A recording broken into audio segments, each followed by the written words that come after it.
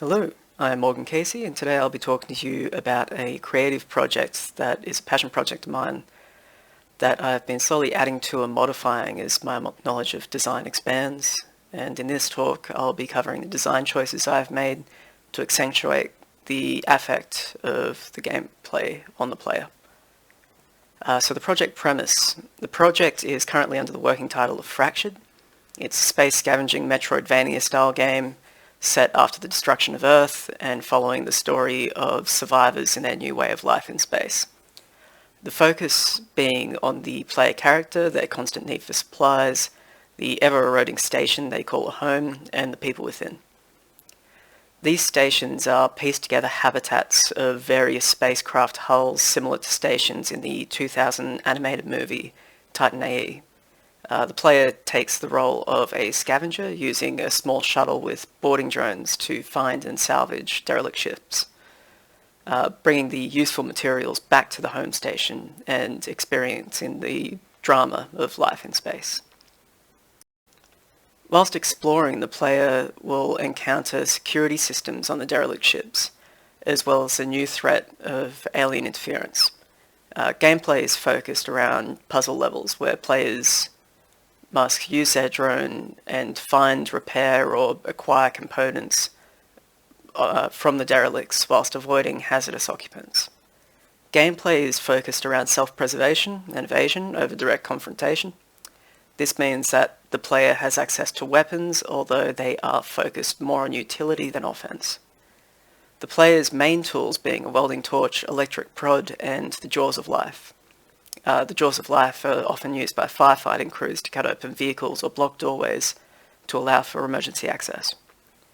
The reason for the dual purpose of these weapons is to allow the player a defensive option, either scaring away or disabling threats through the searing of circuitry or fur, pushing back an organic enemy into another hazard, and the second purpose being utility, where the taser can be used to short a circuit, the flamer can be used to melt away wiring, blocking access to parts of the ship that might otherwise entangle the drone.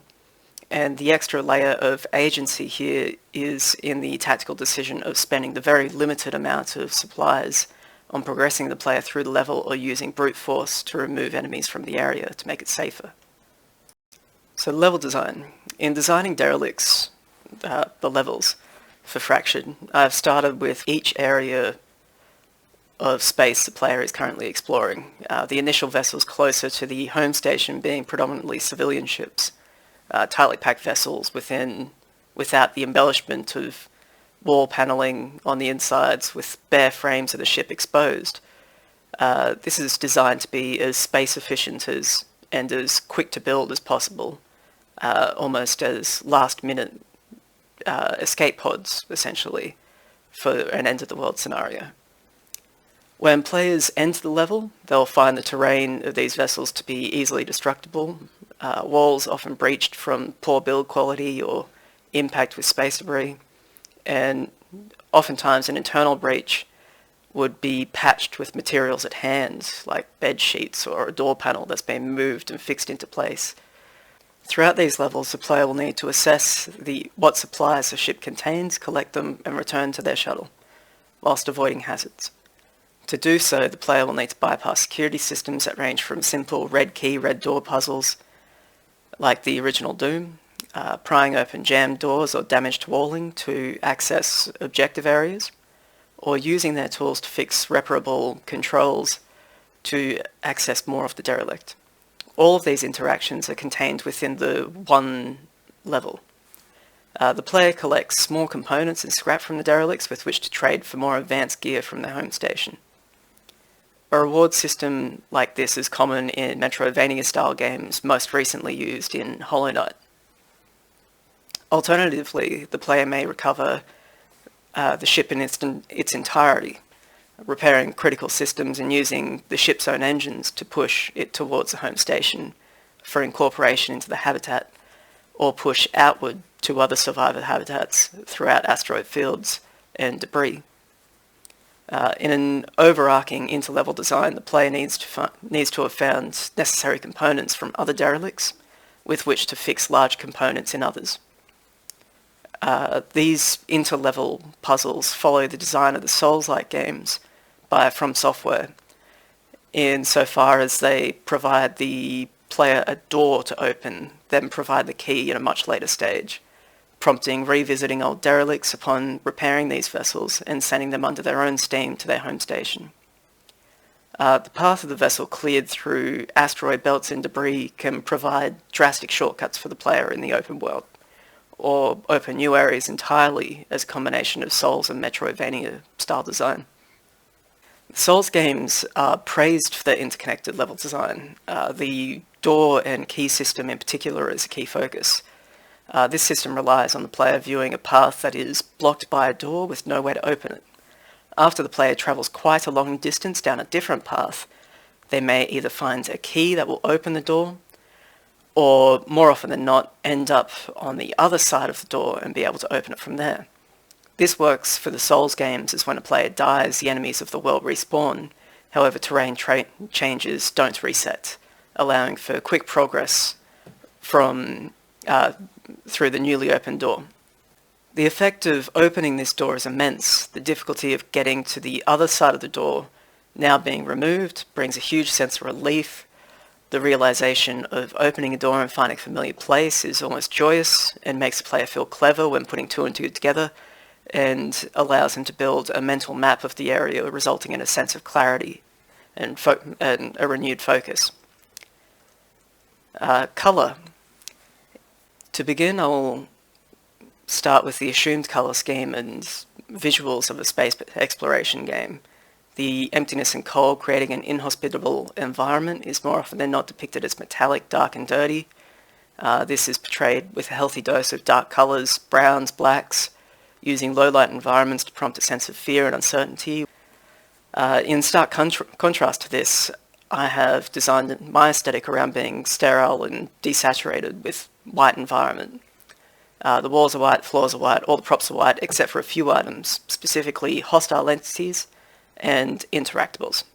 In doing this, I aim to provide clear visual instructions for the player to follow, reducing the need for text prompts, especially during tutorial sections. Oftentimes, tutorials can become rigid and boring, even jarring for the player when the developer decides to wrestle control away from them to teach them a mechanic. In order to avoid this horrid stereotypical issue in independent and AAA games, XCOM 2, I aim to teach the player the core mechanics of the game whilst allowing free movement and action, guided by highlight colours and key prompts. Half-Life 2 is a good example of this with their crowbar section. In this way, the player will stay within the world of Fractured and not be forced out to simply press a sequence of buttons when prompted. I've made this aesthetic drawing inspiration from Mirror's Edge, the bright, clean scene with guiding colours, red and orange especially, and the terrain of Superhot, the FPS game which follows the same white overexposed look with the ambient occlusion adding definition to the scene, breaking down the effects. Breaking down the decision making behind this colour choice is in part because I like the look, but mostly because it subverts the stereotypical space scene of darkness. In a way, the creation of this art style was done in spite of the overused stereotype of grim darkness, and inadvertently became a postmodern creation accidentally.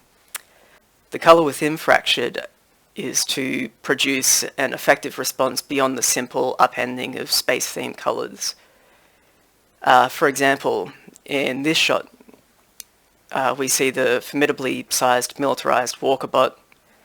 The hallway it is walking down being approximately 2 to 3 metres in height. The first affect, the effective impression of this machine I wanted to instill in the player was awe at the scale of the machine, followed by an unknown fear of how it will behave upon first encountering it. These images giving the answer to that initial question. The goal here is to provide the most violent display of force in blinding light, smoke, traces.